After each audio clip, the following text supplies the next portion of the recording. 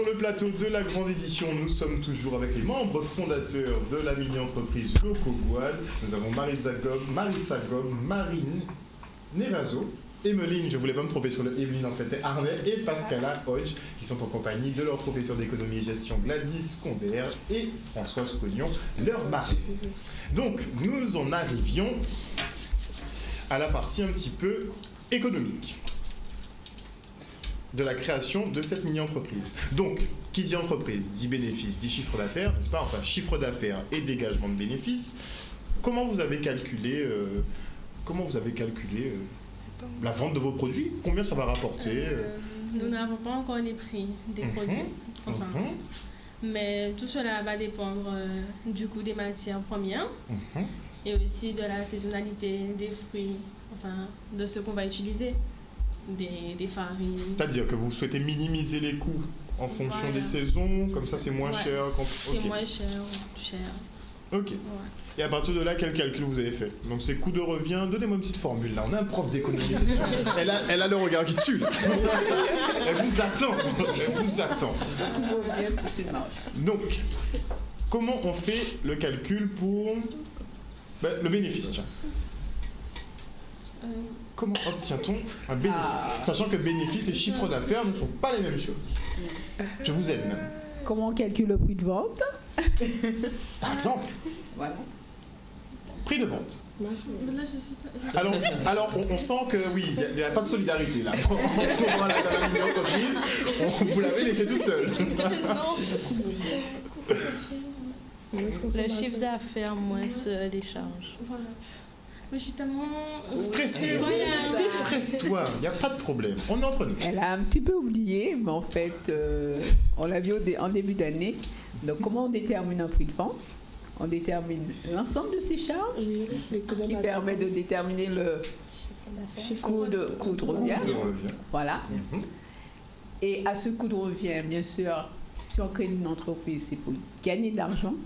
On va donc appliquer une marge. Et le coût de revient plus la marge, ça va donner le prix de vente. Voilà. Elle est stressée. Oui, non, mais on comprend bien, c'est pour ça qu'on vous laisse les aider. Elles sont assez stressées. Donc, vos produits qui seront locaux, vous souhaitez indexer une grosse marge de profit ou une petite marge de profit? Qu'est-ce que vous souhaitez? Que ce soit accessible au tout public ou des produits d'exception? Accessible? Accessible au tout public, oui. Mais vous savez que les produits, les matières premières que vous allez utiliser représentent déjà un coût de revient quand même assez conséquent. Donc, vous souhaitez minimiser votre marge au maximum. Donc, pas gagner d'argent. Donc, vous êtes dans un cadre social, mais pas entrepreneurial. Alors, l'idée, quelque part, vous allez me dire si vous êtes d'accord, parce que bon, c'est encore moi qui avance des choses, mais non. Alors, c'est vrai qu'on est beaucoup aussi, je parle de façon générale, au niveau donc des politiques également, dans une démarche économie sociale et solidaire. Je peux entendre et comprendre quelque part un petit peu quand vous posez la question et la réponse qui peut être donnée. Donc, je leur avais dit une fois lors d'un entretien que le but, c'est de gagner de l'argent, d'accord? Mais si on veut que les choses se démocratisent quand même quelque peu, il faut qu'on pense au tout public. On ne peut pas penser uniquement aux personnes en fait, qui ont les moyens. Donc, la philosophie, je pense au départ, et c'est aux filles en fait de confirmer quelque part, c'est que tout le monde en fait ait accès à ces produits-là. Sinon, on reste toujours dans la même dynamique où ce sont toujours les mêmes qui pourront acquérir ces produits-là et toujours les mêmes qui ne pourront pas acquérir. Donc après, si on veut justement valoriser les produits locaux, si on veut justement que par exemple, elles ont parlé de nourrissons des enfants, qu'il n'y ait pas en fait vraiment la néophobie donc de nos produits locaux, des choses comme ça, il faut que tous les enfants y aient accès. Après, au niveau des seniors, il faut que tous les seniors aient également accès donc à ces produits-là. Donc voilà, on est de plus en plus, c'est la grande mouvance, économie sociale et solidaire, etc., etc. Une entreprise peut être également une entreprise économie sociale et solidaire et faire quand même un petit peu de profit. Oui, mais il y aura une structuration particulière à avoir aussi. Elles ne seront pas une SARL ou une entreprise unipersonnelle, ce sera plus une coopérative dans ce cas-là qu'elle devrait créer. Ça peut être, mais pas seulement. Donc après, il y a d'autres statuts qui permettent en effet d'être aussi une entreprise économie sociale et solidaire, sans pour autant que ce soit forcément la coopérative. Mais voilà, dans le cadre de la mini-entreprise, elles partent déjà sur l'idée au moins que ce soit accessible à tout le monde. Et Ce après, qui est tout à fait honorable, on en dit ce qu'on vient. Ce sera aussi beaucoup en fonction des matières premières aussi. et c'est ça, et c'est pour ça aussi qu'il Donc faut c'est un respecter petit peu la ça qui va saisonnalité. dicter un petit peu le prix. C'est ça, et c'est surtout pour ça qu'il faut respecter la saisonnalité. On ne va pas utiliser des produits qui vont coûter, je sais pas moi, 5 euros, des fruits et des légumes qui vont coûter 5 euros le kilo, alors que c'est pas la saison. Autant utiliser les fruits et légumes de saison. D'accord. Et est-ce que vous pensez que votre entreprise pourrait justement résister à, pas une certaine inconstance, mais au fait que justement vos productions ne soient pas constantes? On se pose la question. Non. Est-ce que vous avez compris la question? Oui, parce que vous, en fait, vous dressez sur de la saisonnalité. Oui. Mais il se pourrait que vos clients, par exemple, soient adeptes d'une farine en particulier qu'ils veulent toute l'année. Donc à partir de là, on fait comment? On éduque le client. Mais vous soufflez les réponses. Excusez-moi, là c'est la fervente. Désolée. Allez-y, mesdemoiselles, je me tais. On éduque les clients. Je crois que la leçon a été oui, c'est une bonne façon, effectivement. Vous n'avez pas changé tout votre process pour un client particulier. Voilà. C'est vrai qu'il faut, à la limite, éduquer à la consommation locale. Merci, Marraine, de répondre à toutes mes questions. On va passer à l'aspect maintenant communication. Donc, on parle d'éducation client. Donc, est-ce que vous avez déjà un argumentaire de vente qui a été dressé pour convaincre vos clients? Des propriétés. Le fait que la farine de dictame, c'est anti-vomitif pour la digestion. Donc on va leur expliquer les propriétés pour les amener à plus connaître et nous apporter aussi des clients. Mais toi, quand tu choisis un produit, par exemple, ou vous en général, c'est plutôt par rapport au goût ou par rapport au bien-être, aux apports nutritifs et Au tout? packaging. Ça dépend. Par habitude, des fois, c'est par le goût. Voilà. Plutôt par le goût. Oui. Voilà. Donc, comment vous faites? Sachant que les 3/4 des gens sont à peu près comme vous, on est plus dicté par le goût en bouche que les bons effets que ça peut avoir sur la santé. Non, mais dès qu'il y a, on va dire, dès que j'entends de bonnes explications à partir pour un produit, ou que je vois une belle publicité, bah, ça va bien m'attirer. On y vient à la belle publicité. Qu'est-ce que tu entends par une belle publicité? Le packaging, comme ils ont dit. Le produit en lui-même, La présentation du produit en lui-même. voilà. Et puis, bon, ses propriétés, c'est toujours en dernier. Toujours en dernier? Oui, puisque c'est d'abord visuel, Voilà. et après on se rapproche de l'étiquette et on va lire ce qu'il y a sur l'étiquette. Ok, on commence à y arriver. Donc sur le packaging, vous avez déjà réfléchi? Comment commercialiser vos crèmes, c'est ça? Crème, crêpes. Le type d'emballage. Quel type d'emballage vous allez que utiliser? vous allez utiliser? Nous, on va utiliser des petits pots en verre de yaourt. Vous voyez, les petits pots en verre. Oui, on voit très bien. Prenez les yaourts, prenez les petits pots en verre. Oui. Voilà. Parce qu'en fait, le plastique, c'est pas quelque chose qu'on peut réutiliser. Même si on essaie de le stériliser, on ne pourra pas le stériliser par rapport au verre. Et de cette manière, on pourra, demander à nos clients de ne pas au moins les jeter, mais de les garder. Et nous, on les récupère. Ça me démange, j'ai S'ils envie de dire veulent quelque chose. On a un petit mot par là. S'ils veulent continuer à acheter chez nous, au lieu de tout le temps chercher des petits pots et tout, qu'ils ramènent et... Mais il faudra quelque chose pour les inciter à ramener dans ce cas-là. C'est quoi l'avantage? Le geste pour la nature, c'est ça? Ouais. C'est une démarche de développement durable, en effet. Donc, plutôt que, en effet, augmenter les déchets comme on le fait tous les jours, là, justement, la démarche serait justement de récupérer donc, les emballages en verre et que, comme on faisait avant, consigner et puis après stériliser et puis les réutiliser. Et voilà. Et après, les personnes éventuellement qui fourniraient peut-être leur emballage à ce moment-là, qui sait, peut-être une petite négociation de prix, une petite réduction sur le prix, et voilà. Ben justement, donc qui est le fournisseur? Non. Les fournisseurs ne sont pas encore ciblés, je crois. On a quelques idées, mais... Quelques idées? Donc sur les petits pots, qui pourrait vous fournir un petit pot? En petit pot, La démarche Tout a le été- monde, si, disons qu'on mange des yaourts à la maison, nous-mêmes, on garde. Ah non, là tu parles sur une petite production. Moi je parle quand votre entreprise aura des 50 salariés, que vous devrez produire 10 000 petits pots à la journée. Ça se passe comment? On peut faire des sensibilisations. De la récupération. Donc vous auriez une phase de récup dans votre projet. Donc vous cherchez vraiment à minimiser les coûts. On commence à comprendre un petit peu l'aspect social et solidaire de l'entreprise. C'est pas mal. Donc récupération de petits pots, vous pourrez les utiliser limite ad vitam aeternam. C'est vrai que ça ne suce pas le verre.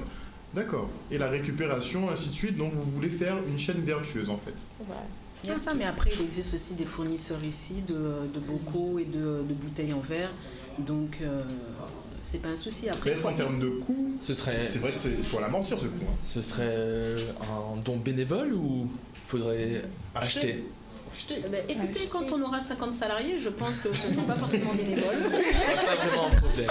Hein. Ce ne sera pas un problème.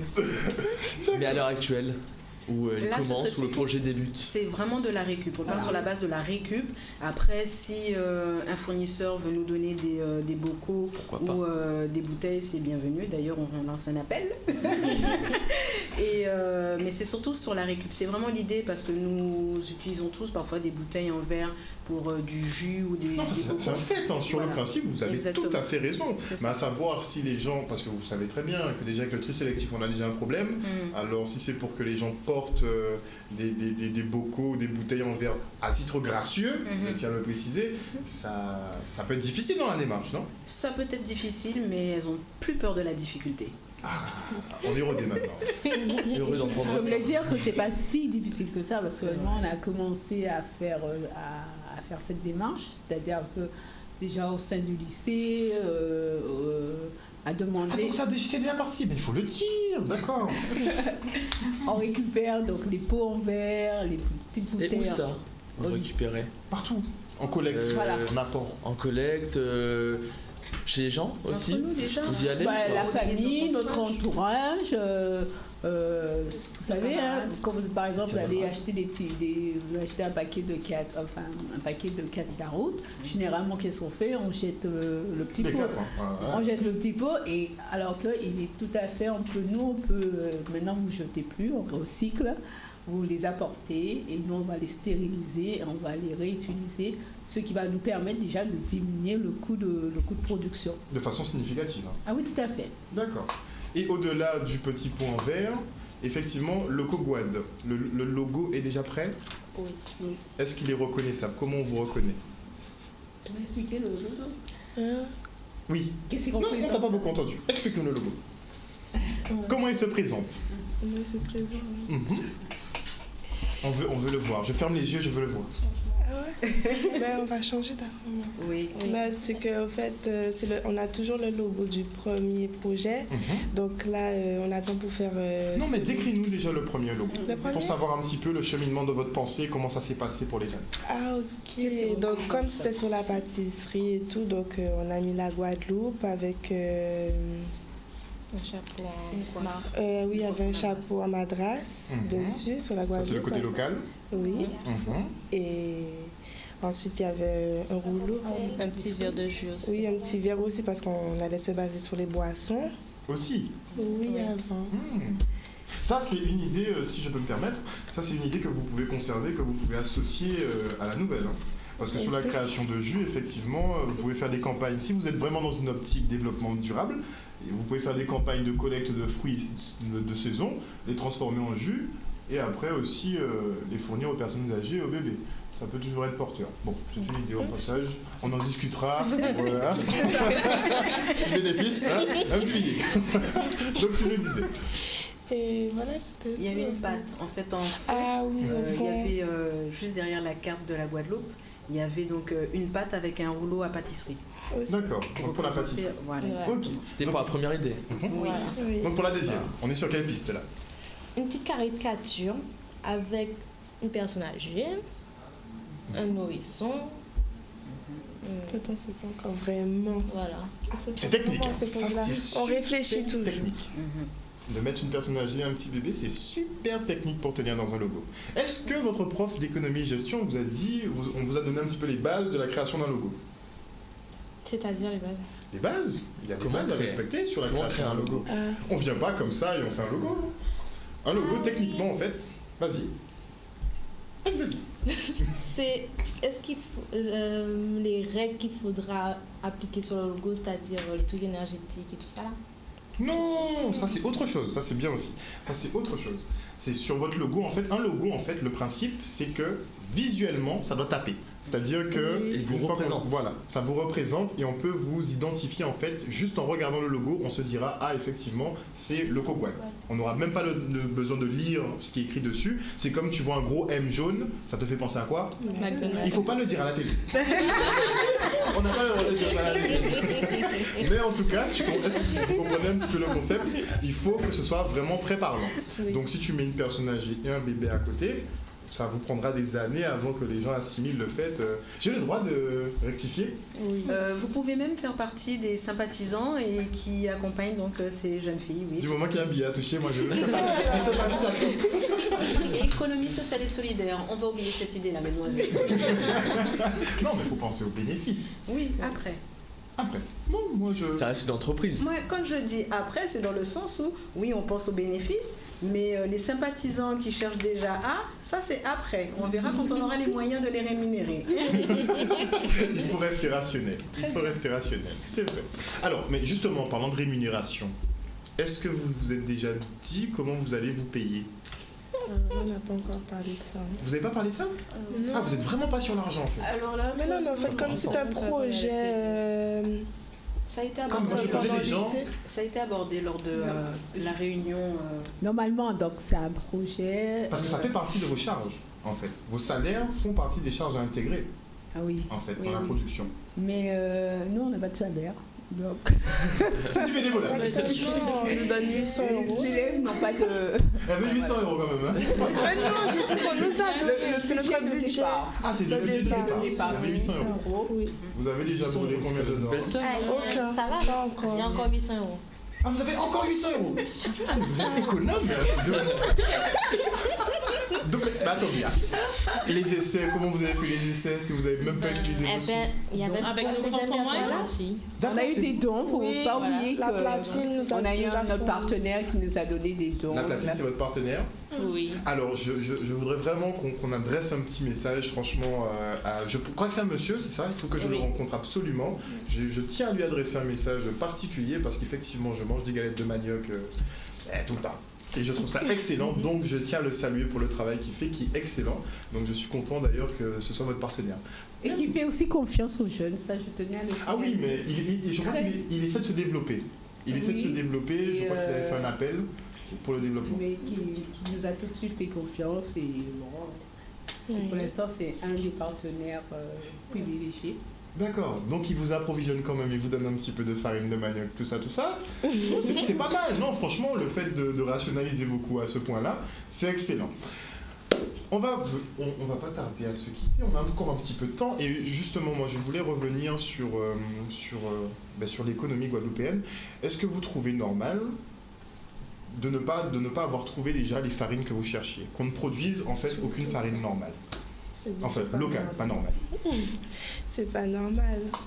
Non, Guadeloupe, c'est vraiment dur de trouver de la farine locale.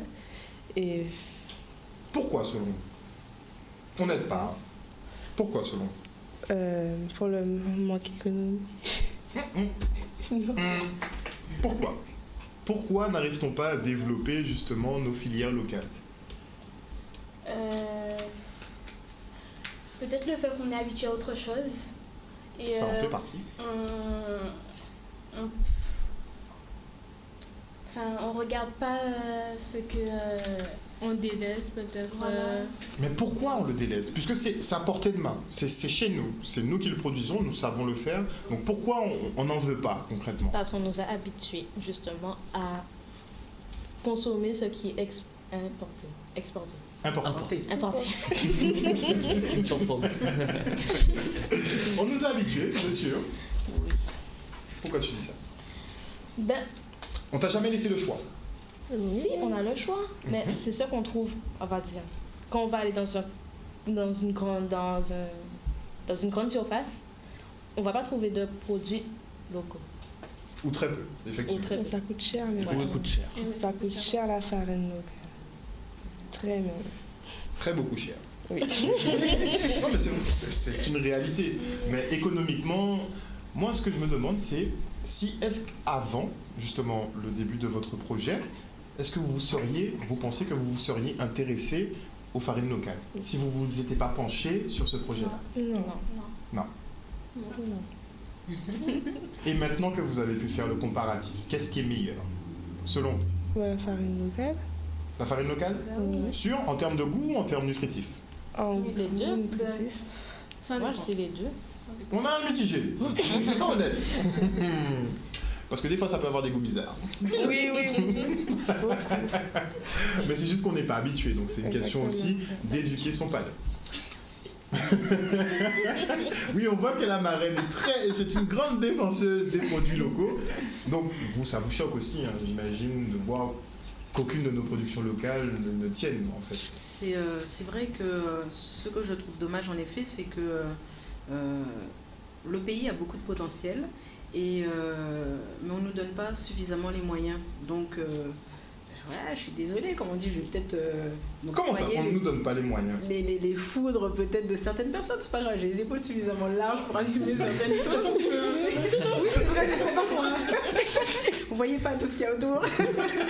Non, mais c'est vrai qu'on nous pousse beaucoup à consommer, donc il y a beaucoup d'entreprises qui se créent, mais ce sont des entreprises qui nous poussent à la consommation. Et ce serait bien en effet qu'il y ait de l'industrie, en tout cas du développement d'industrie, d'entreprises en effet pour...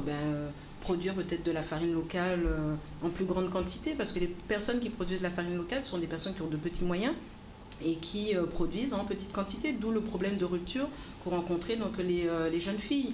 Donc s'il y avait peut-être moins de magasins uniquement, je dirais, pour pouvoir vendre les produits qui viennent de l'extérieur.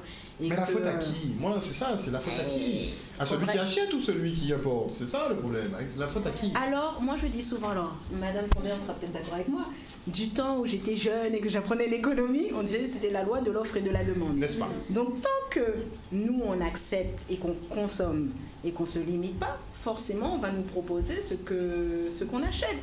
Donc après, il y a aussi une question de politique, une politique territoriale, etc. Est-ce que tout ça, ça rentre pas en compte? Voilà. Je crois aussi qu'il y a un problème aussi du marché. Hein. Le marché local est aussi... j'essaie de comprendre. Hein.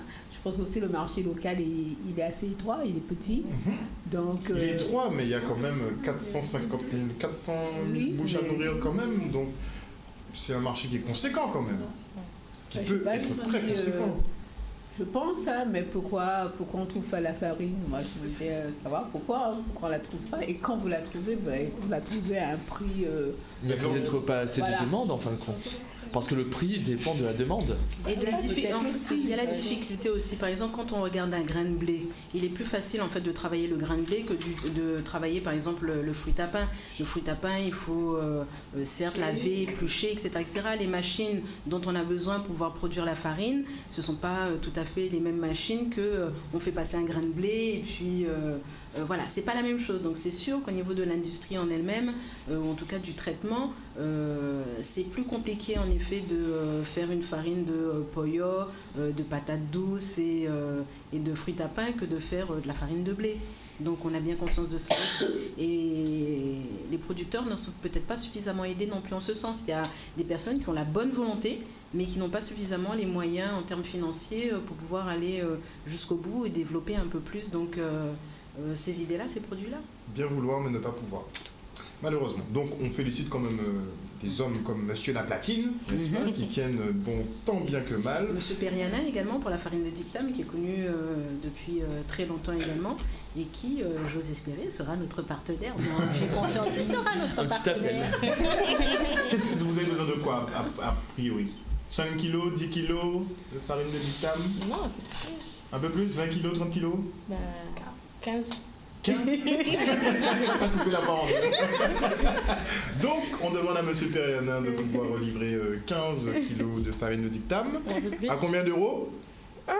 Petit bénévolat. Un petit bénévolat? Là, c'est du don, c'est pas du bénévolat, c'est du don. Oui.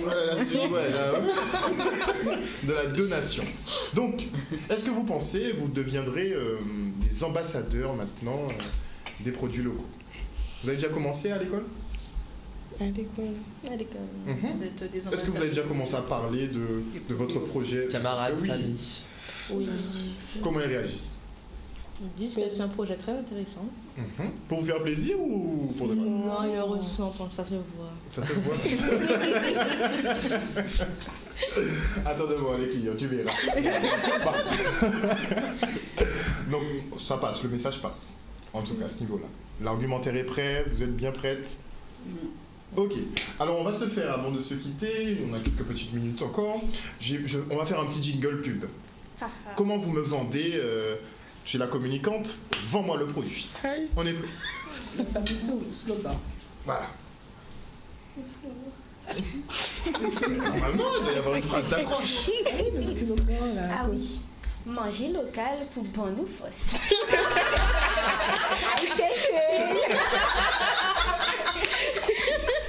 La phrase, oui, manger local pour bon nous fos, il n'y a pas de problème.